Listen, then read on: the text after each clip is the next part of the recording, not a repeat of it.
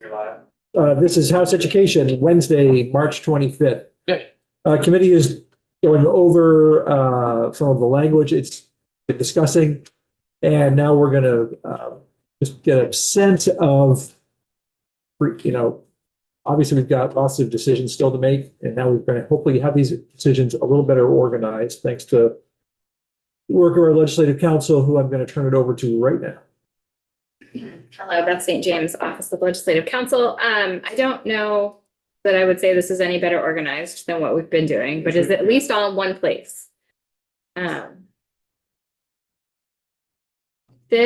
What I'm pulling up now, which is on your website, listed as the drafting request number, which is 26-0803, policy decision points, is a Word document that I put together between the last time I was in this chair and 1:45 this afternoon. And it is really just a stream of consciousness, looking at the language you already have, thinking of the conversations we've had, and just putting in questions that I could see coming from the draft language that you may want to consider. So just because there is something represented on this document does not mean it is a necessary decision for you to make to advance something or to achieve a goal. It is literally just a 2-page document where I tried to get everything in one place. And it is up to you to tell me, we've decided this, take it off the list. We're not considering this, take it off the list. Or, gee, we really need to pontificate on this one. So that's me just saying I'm not trying to drive your policy decisions or trying to point you in any specific direction. And because I have flagged things that say, do you want to deviate from current law, is not a suggestion that you should deviate from current law. It is just trying to get everything in one place. Let me try and share.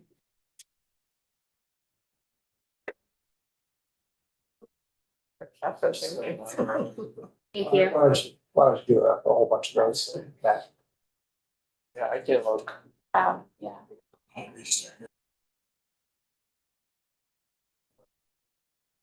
You want to wait till you have paper copies? Is that what's happening? I know you can go ahead. I can look right above you, so got it. Oh, Okay. Besides, what's your membership? What are you gonna call them? You mean besides seesaws? No, Seesaw 1? Oh, 2? Northwest Seesaw. I mean, that's a small decision point, but you gotta refer to them somehow. I can be the first practice of the new seesaw. Startup funding for Seesaws. You already have a grant program going. Is that enough? I think it's 10 grand. Is that enough?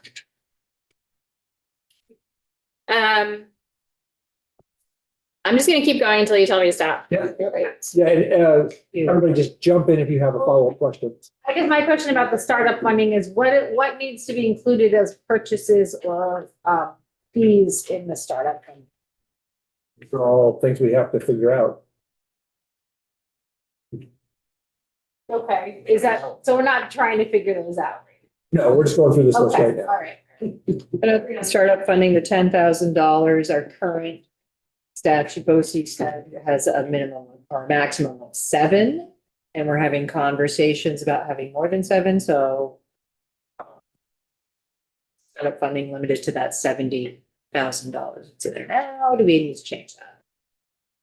The law was passed in 24 to create. The grant program that exists now, the funding was really just designed to people who are like ready to go to do their articles of agreement.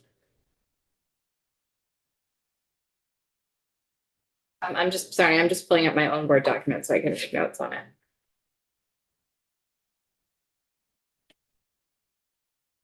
Okay, moving on to facilitators. Study committee formation. What's the funding for facilitators? Your current Seesaw law, your current BOCES law, which under this bill would be Seesaw law, Seesaws would be funded through fee for services and maybe membership fees, depending on if the Seesaw decides they want membership fees. But you've got to fund your facilitators somehow. So are you just going to let each Seesaw figure that out for themselves? Or are you going to have a specific funding stream for facilitators? This has not come up yet. It's just a question that I've had is you're requiring these facilitators to do a lot and you don't provide any like parameters for qualifications for the facilitators. I don't think you have to. And like from a legal perspective, it's more of a practical, are you looking for certain qualifications from these folks?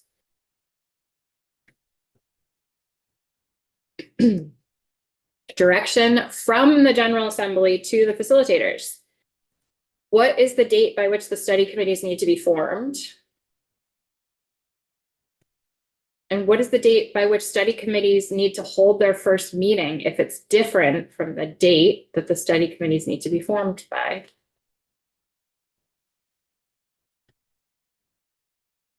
What about the suggested school district groupings? Basically, that's your map, your evolving map. Are you going to require strict adherence to that? Is it just going to be a suggestion? Are you providing any guidance on when or how a facilitator may deviate from the map, or is it all at the facilitator's discretion? ADM of study committee participants. Right now you have 2,000 to 4,000 students as practical, but I have notes in the margins of the various drafts we've been working on about allowing ADM on these study committees to be larger than that, to impede that. So what is the specific direction that we're going to give folks? Right now, the language that you have requires participants to be contiguous. Is that a decision that you want to keep? Right now, the language that you have requires participant or allows participants to be members of different SUs. I think some of that will depend on how strictly you require the facilitator to adhere to the map that you are giving them.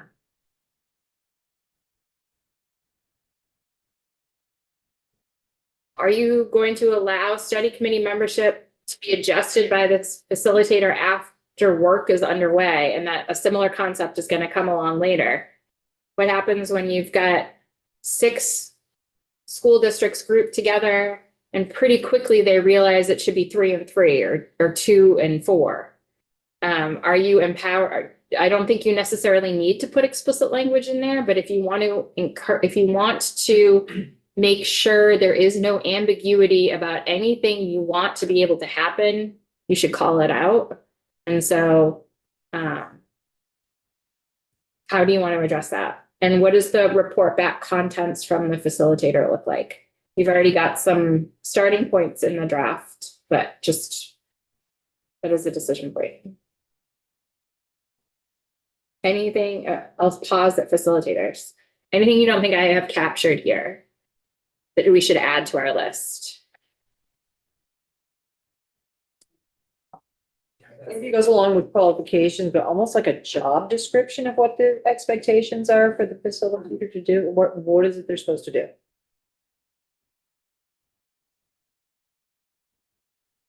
Other than just, how specific we want to be.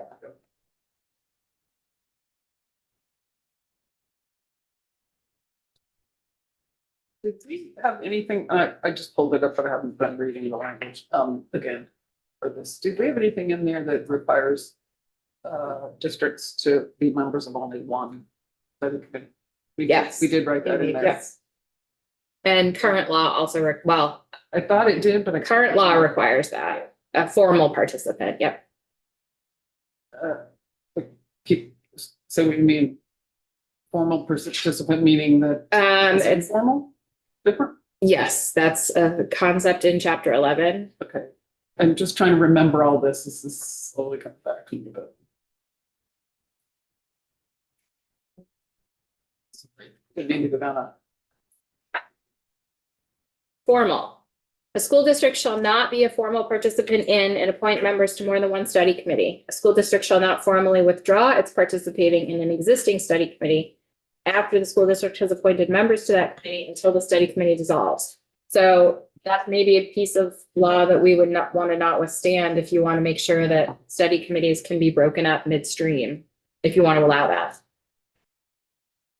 And then informal participation. This is something that I have on my to-do list to think through, and I have not gotten there yet, but informal participation means that just what it says. Board of a school district that is not a formal participant in an existing study committee may authorize one or more of the board's members to contact the study committee to discuss whether it may be advisable to include the school district within the proposal as an advisable district.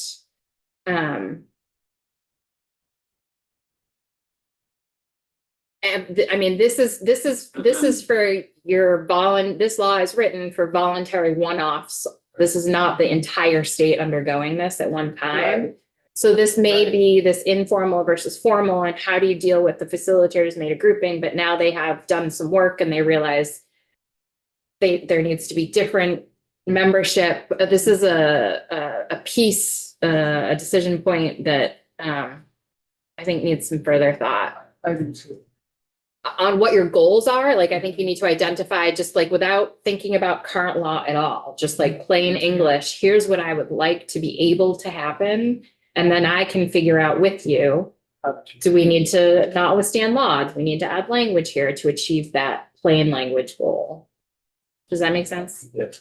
Yeah, I'm just gonna say, I think it's something that we should have on our list, because it does sort of. We haven't gotten to the study committee membership yet, so no. I may not have captured it accurately. So let's add that. Yep.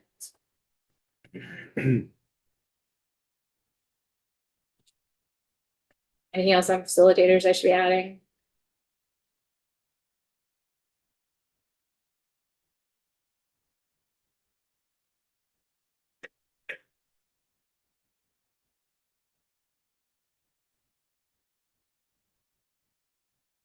Okay. Study committee process procedures. Budget. Right now you have language in there that talks about a separate appropriation, and then the normal process kicks in if a study committee needs or wants to spend more than the separate appropriation. But I think the fact that there may or may not be a separate appropriation is in and of itself a decision point. If you don't give them a separate appropriation, that all of the funding for this is coming out of school district budgets. Proposed articles of agreement. I have not added a ton here because they are so spelled out in current law. I've just listed a couple of the topics that have come up. So school closure requirements. Do you want to give direction on what should be in there, or leave it to the study committees to decide? Be silent on it. What about board size guidance? Oops, see a hand. Are we looking at like the Act 64 language? Because a lot of it's coming from them. You mean Act 46? Yeah, that's what I meant. Thanks, I get this on. No, this is all current law in Chapter 11. But this is all chapter 11. Mhm. Well, not all of it. Some of it is from the language that we've already drafted, but the skeleton is current law. Which Act 46 used the broad concepts of, but the Chapter 11 that exists now did not exist at the time of Act 46. So There has been a rewrite since then, but the major concepts were the same then. What about representation models? Current law allows school districts to pick from 3. Do you want to limit those options or be prescriptive that there's only one option? Or do you want to just leave it to them to decide? And then the catch-all of any other deviation from current law as far as what should or should not be in proposed articles of agreement. What about the type of school district? This morning, we talked about requiring consideration of a unified union school district.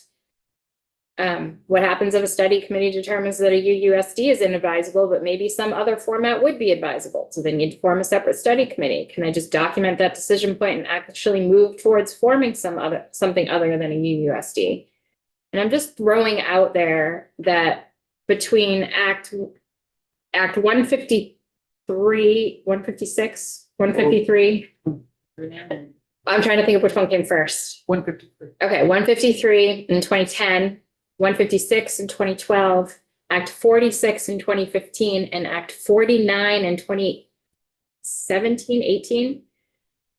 Those were all related. Act 153 and Act 156 were the precursors to Act 46. Act 46 built upon that work. And Act 49 was picking up where Act 46 left off and providing additional guidance based on some of the questions and the work that was happening in the field. Act 49 has these concepts that are called side-by-sides, and there's numbers that go along with them depending on the configuration. And so I am not suggesting that you use this. I am just suggesting that there are many different concepts out there. And if you don't have specific language in here about you can only consider a unified union school district, you leave it open to folks. What are the possible options that folks are going to be coming up with, and what would you be happy with? So is that a conversation for a later date? You take a look at the landscape after all of these study committees have done their work, and you see what the end product is, and then you move on to the next step in this journey if there needs to be further legislation and direction to the field? Or do you provide some of that guidance right off the bat? If you decide that a unified union school district is not advisable, then you may consider this configuration or that configuration. Do you want to be that prescriptive? Do you not want to be that prescriptive?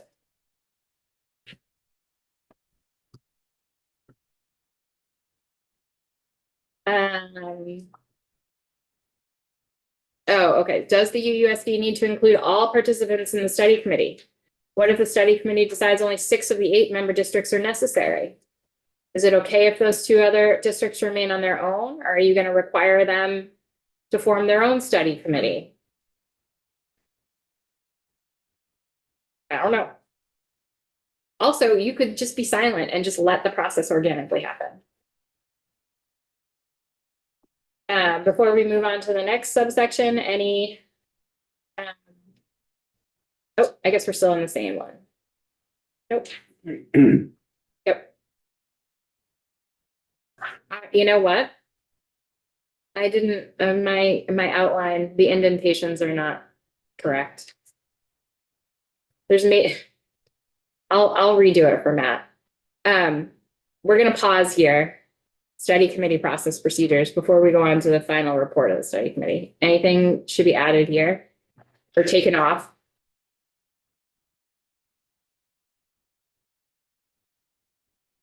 We will, I'd like you to get through everything. Okay. Because your time is limited, and we Oh, will yeah. discuss lots of these questions. Final report of the study committee. Is there a due date for all study committees? Are there milestones along the way? We haven't talked about that yet.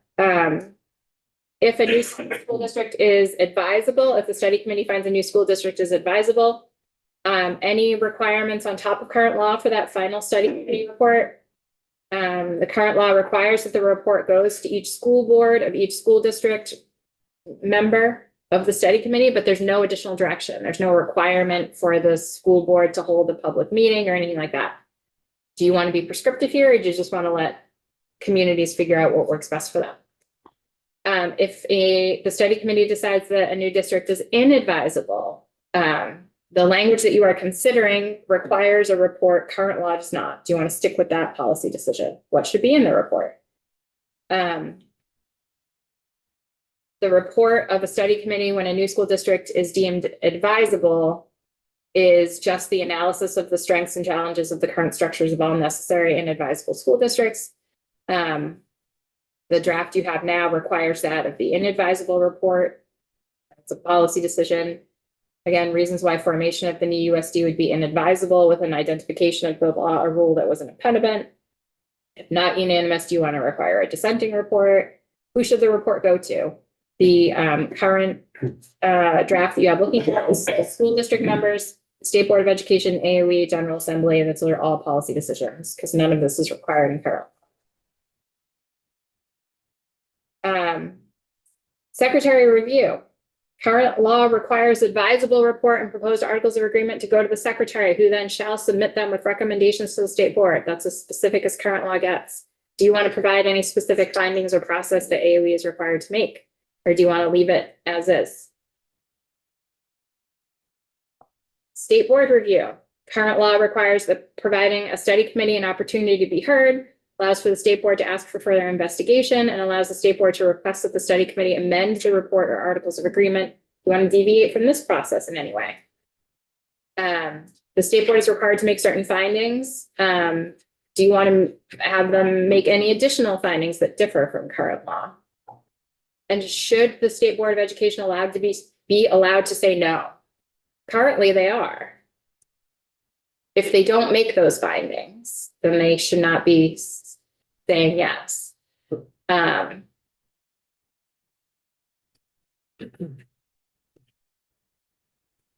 Vote to form union school district. Current law requires voters of each school district identified as necessary or advisable to vote.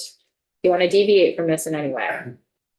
For example, instead of each school district, would it be the towns within the school? Like, there's a lot of policies that decisions that can happen in there. Does this vote need to happen by a certain date for everyone, for a certain number of anything? Are you getting a report back on the results, and who should be reporting back on the results from all of these votes? That's a good question. Yeah. I don't believe that current law has any kind of time frame for a study committee to sort of complete its work. Is that correct? Yeah. So it could just kind of roll on for years potentially. Because it's strictly voluntary. Right. Yeah. Yes. Yeah, I have switched from using the term Conlin map to guidance map. Nice. What do those groups look like? Those school district groupings. What are you going to call them? The reason I am fixated on names is because there's no maps that are going with this legislation. I have to type all of this out into legislative language. So even if it is identifying it by a number, that is a policy choice. And then I've just flagged at the end, Act 73, are based on the decisions you make prior to this. Are there any changes to the contingency language or dates necessary, depending on your goals?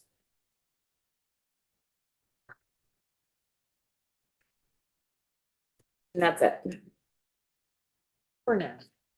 for now.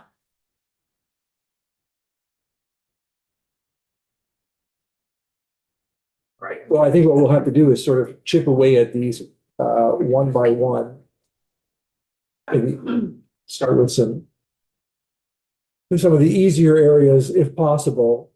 So just, I was the member of the committee who did all the floor report and everything on Chapter 11 of Title 16. So I kind of have a baseline knowledge. So I just want everybody to understand. I understand that you don't necessarily have that, and I don't want to talk ahead of you or whatever. So stop me if I sort of get carried away. Okay. There's a spot where people would like to start on this. So I think, CISA membership, we just need to finalize lines. We haven't really worked on that yet.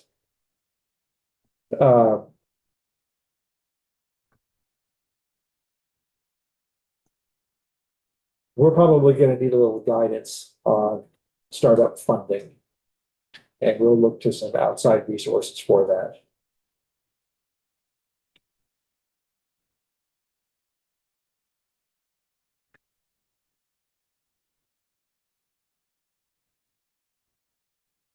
I'm gonna probably suggest the easier places for us to begin on some of these discussions, since we don't really have. I would suggest for the moment, let us jump to number 3 on the front page here, first page. Before we talk about. So budget, separate appropriation or self-funded by members out of school budgets. These are for the study committee, their work. I think since we are mandating that they form and happen, we need to, the state needs to provide the startup funding for that. But everybody, Separate appropriation then? Yeah. Yeah, I agree.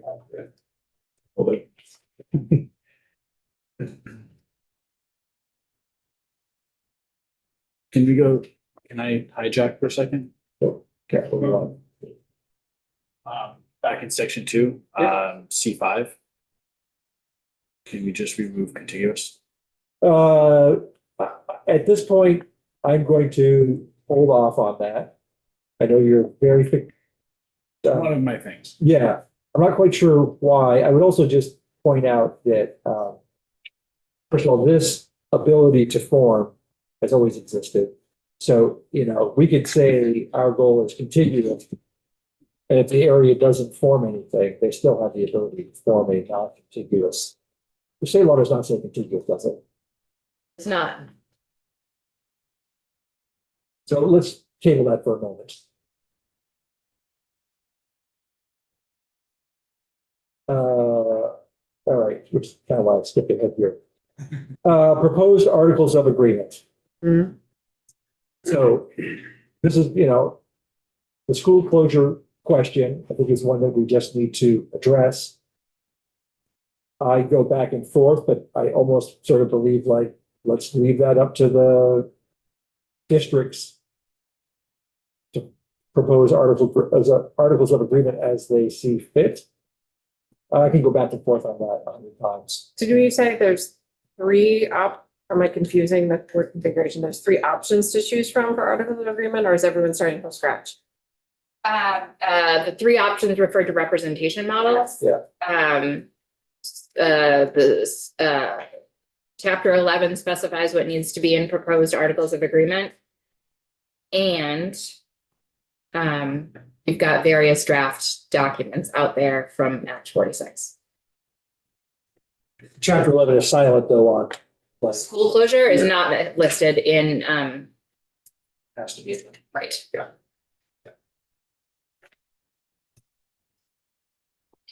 So I would just say that our options are, we could be silent and let the articles of agreement be developed as they are. We could outright ban the sort of veto power of it, or we could put in some language that says, as I floated, 3 years, no closing, and then after that, which was recommended by the task force or commission, closure votes require a vote of the entire district.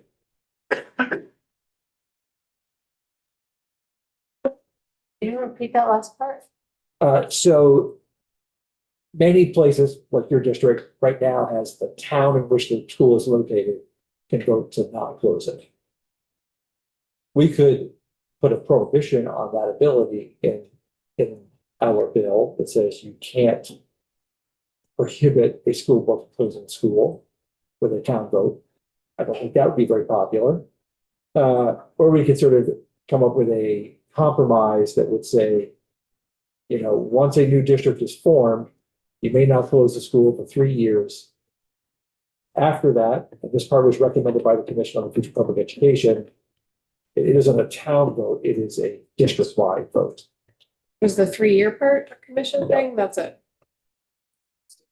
So the language could say no closure for the first 3 years without a town vote. too. Exactly. I mean, a district vote too, because I guess I would say, if you form a district and then you're not allowed to close the school for 3 years, that could be a problem for a community who's, merging. I did mean to say, Yeah, I just wanted without a to town vote, or a vote of the town that feed that. the district. You're having.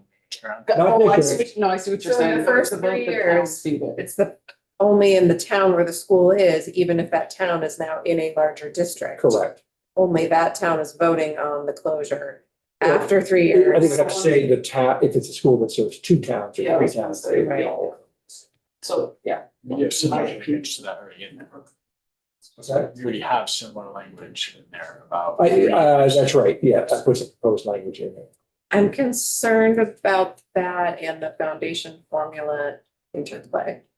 But, and I'm also, again, as I'm gonna continue to do, thinking out loud, I think you're right. That if you are trying to, was your point that you're trying to get ready for the foundation formula and you blocked, you made a prohibition on being able to. What I was just thinking about is what if you're trying to adjust to a foundation formula and you have merged 3, 3 districts that have union high schools in them, and you want to close one that requires a vote of everybody who feeds that one thing, So which would also make it very hard to adjust. I think there's a contradictory path here of like, so if not as convinces you about the inevitability or the speed of the foundation formula, but that removes any voting locally on budgets. And so now, like, there's like a contradiction of like, we're setting the money, so we're taking away local, because you're like, we're creating this more equitable and predictable system by here's the money managed to it, but also much less local control. But then you're leaving in this really big piece. Like I think we're possibly creating like a kind of Vermont Frankenstein here that could have really hard consequence. Like a district could be in a like no-win spot here. Like we're saying, you're not going to have a say over one anymore, but you're still going to have a say over the other. I know that nobody's like say today is as clear as they might feel like it is, but that feels like a pretty potential I think that's contradiction. I think that's a very solid argument to not put in a prohibition on closing schools. So then we are down to the more broad choice of being silent on it, and folks can decide that as they want, as they get ready for this, or prohibiting it completely. Representative Taylor. No, I think, I think having a prohibition on it, I was trying to figure out how that would work with a study group deciding what's advisable and what's necessary if there's a prohibition on being able to close it. I think that too, yeah. Uh, All right, so if it's okay with everybody, I think that we should throw away the idea of a outright prohibition. And so that brings us to silent, which I'm sort of leaning toward. In other words, those forming the new merged district can figure it out how they want to do it. And if they want to hamstring themselves to be able to maneuver, they have that option. Or we can say it's prohibited from, you are prohibited from blocking the closing of the school, which I think would be a disincentive for many people to even merge at all. So we get all these countervailing forces. So I'm kind of leaning on like, let them figure it out at the local level. And for figuring out the local level, there are existing articles of agreement that these new study groups could refer to. I mean, they're not starting from zero. Because work was done previously that if they could look at other existing articles of agreement across the state and say, this would work for us, this wouldn't work for us, we could adjust it here. Yeah, one would hope that if they are serious, if people actually are willing to come together and they're serious about it, I would assume they would be taking into account a future need to adjust for a foundation formula as they go develop their articles of agreement. So I hear that, and my common sense perspective is an agreement. But it is, as we all know, a very personal, per person almost in a community about whether to close the school, and sometimes the dollar amounts aren't even the drive. So I'm just wondering whether there's a ability to have articles of agreement that say you can't close a school and then have some parameters of when you can, even when the town says no. I mean, I know that there have been some real challenging situations around the state about closing schools, and I'm not trying to force closures on schools or communities, but I worry about schools that are run with no kids, It's really wrong, what? with literally no kids in them and no ability to close them because there's not enough students to keep class. We have examples of schools that have had to close because they couldn't even hire staff for a school as small as the school has been. And I just worry about taxpayers are one thing, but even students and children and their education. So I'm just trying to find a balance here, and it's tough. I mean, I would hope that we've now had enough experience that merger study committees would now see the pitfalls of all of that, act differently. I don't know. But I also don't have the answer, like, whatever we say would apply to everybody.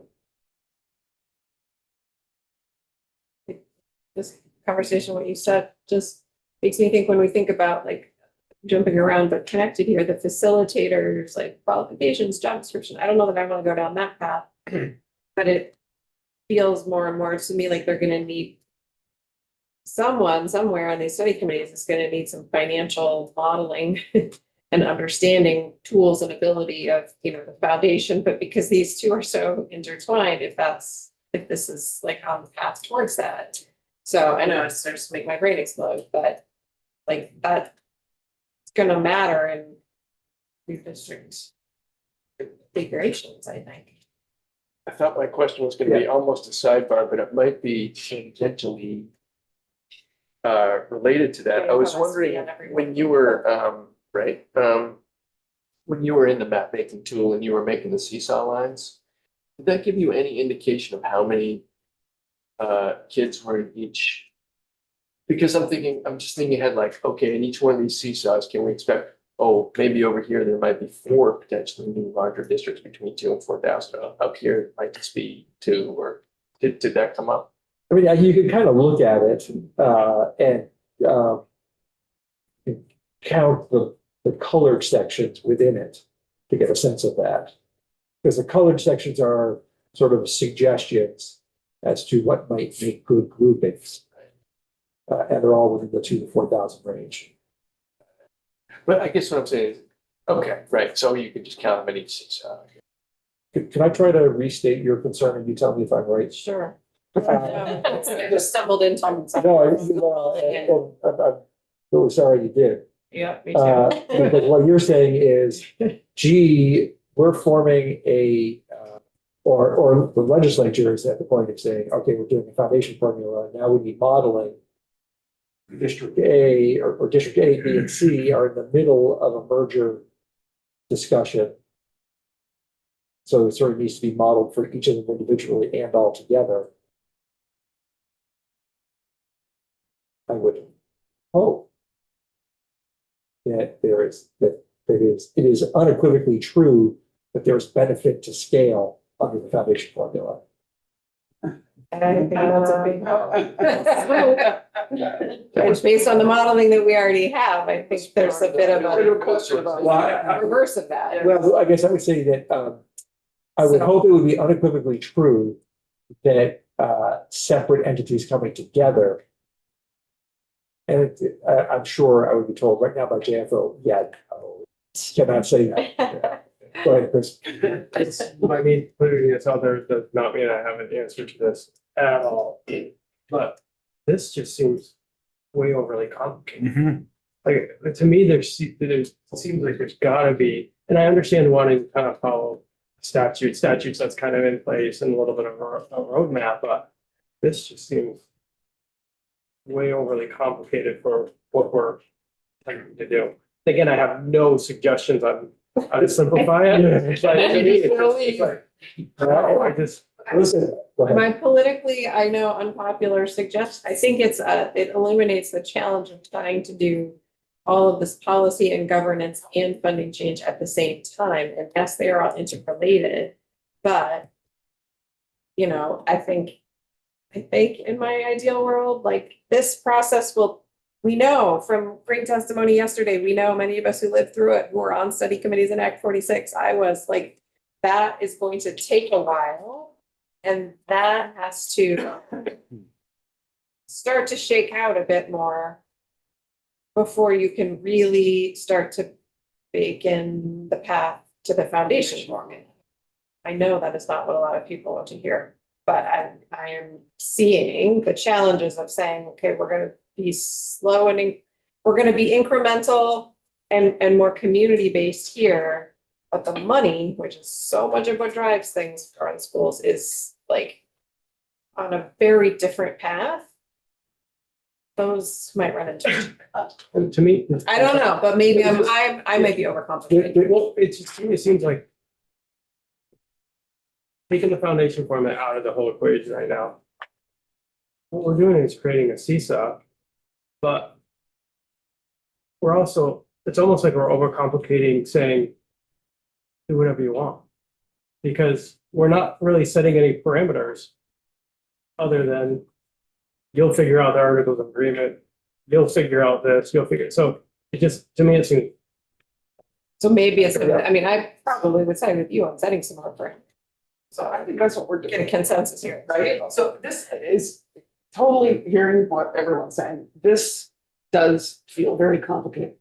But the part that's complicated is us setting up the criteria and the boundaries around it, which is what we're doing.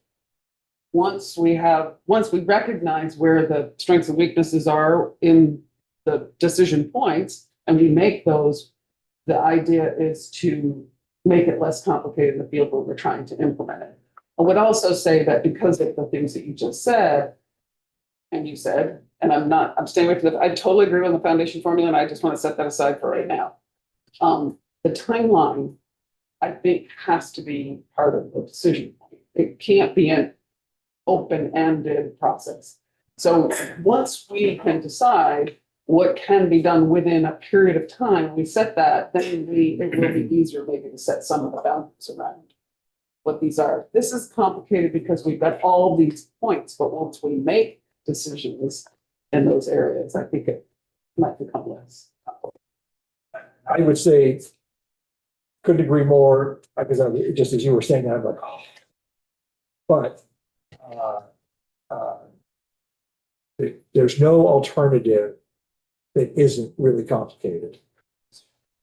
You know, we could mandate newer, larger districts, but there's all sorts of political, you know, as we heard yesterday, people sued, people protested.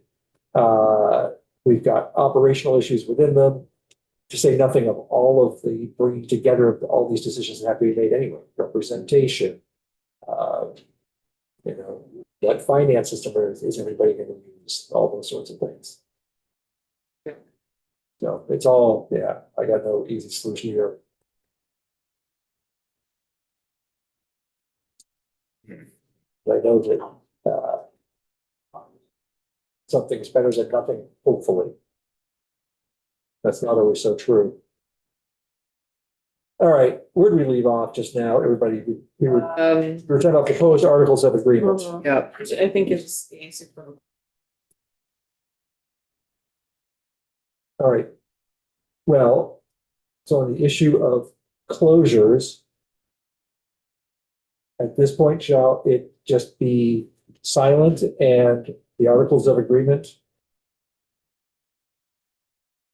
The local community comes up with the articles of agreement, or the local closure study board? Would that create a patchwork system across the state of different closures, different, you know? That's like we have now. Yeah, I think that's. Yeah, so. Yeah. I'm not sure. Here, are we? I'm not sure. No, and I'm trying to temper myself by understanding that I'm. Listen, you know, I would say, I share your frustration in the inability to have a simple solution that makes sense and does it, that and is politically palatable enough to the people of Vermont that it can actually survive out there. I think that, yeah, yes, but I think we're creating an entity that's just gonna take all the heat. Yes, No matter what path we take, I think that's. I mean, I'm not trying to be what I normally am. But I mean, even Chris's proposal from a couple weeks ago, like, I think that is something the state could get around. And it would be a lot more streamlined and straightforward than this. it needs to, actually leave this committee with enough votes.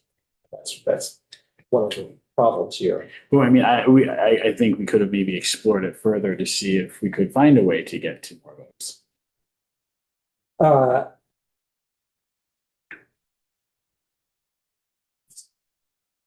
I'm not sure it was it wouldn't have led to, in a way, would have just led to a lot other huge decisions that have to be made that we would all get twisted up in knots over. I was somewhat, the testimony yesterday about everybody talking about the importance of community buy-in.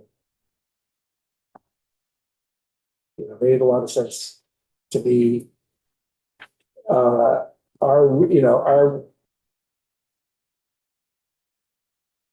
Somebody else taking a lot of the heat. Yes. Every time I turn around, they're asking for that, but they don't, we hear time and time again, needs to be more community-based, blah, blah, blah. But you're right, that also is saying they gotta take the heat. And the responsibility. Yeah, And I think that's what we're saying. right. Yeah, but that doesn't make it anybody's job easy. Yeah, I I've know. seen anything that's. Go ahead. This isn't gonna be helpful, but I just, I almost don't wanna, I don't wanna admit that I was here for the rewrite of chapter 11 because that implies I should know a lot more about what we're looking at, but I do recall as we sort of slogged through that, it was like very in the weeds and sort of perplexing, so I think that, this is a sort of a familiar feeling. But it is sort of it's a structure we worked on before. To the extent that's any reassurance. Well, it should make this easy. Yes. Because it has been done. Yeah. Well, there's an inherent challenge, tension here in us trying to move away from local control in some ways. Maybe. Yeah. Still maintain it in other ways. I don't.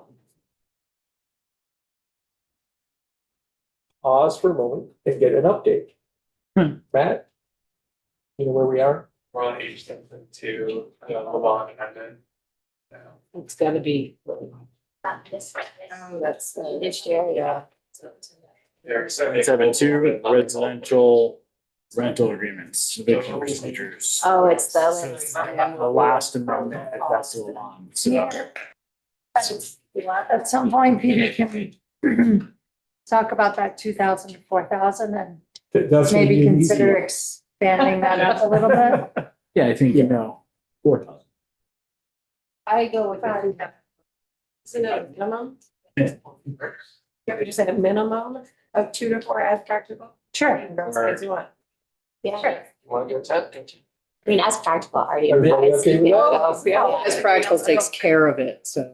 Can you repeat that so I can hear it without any other A comments? minimum Must have been. of 2 to 4 as practical.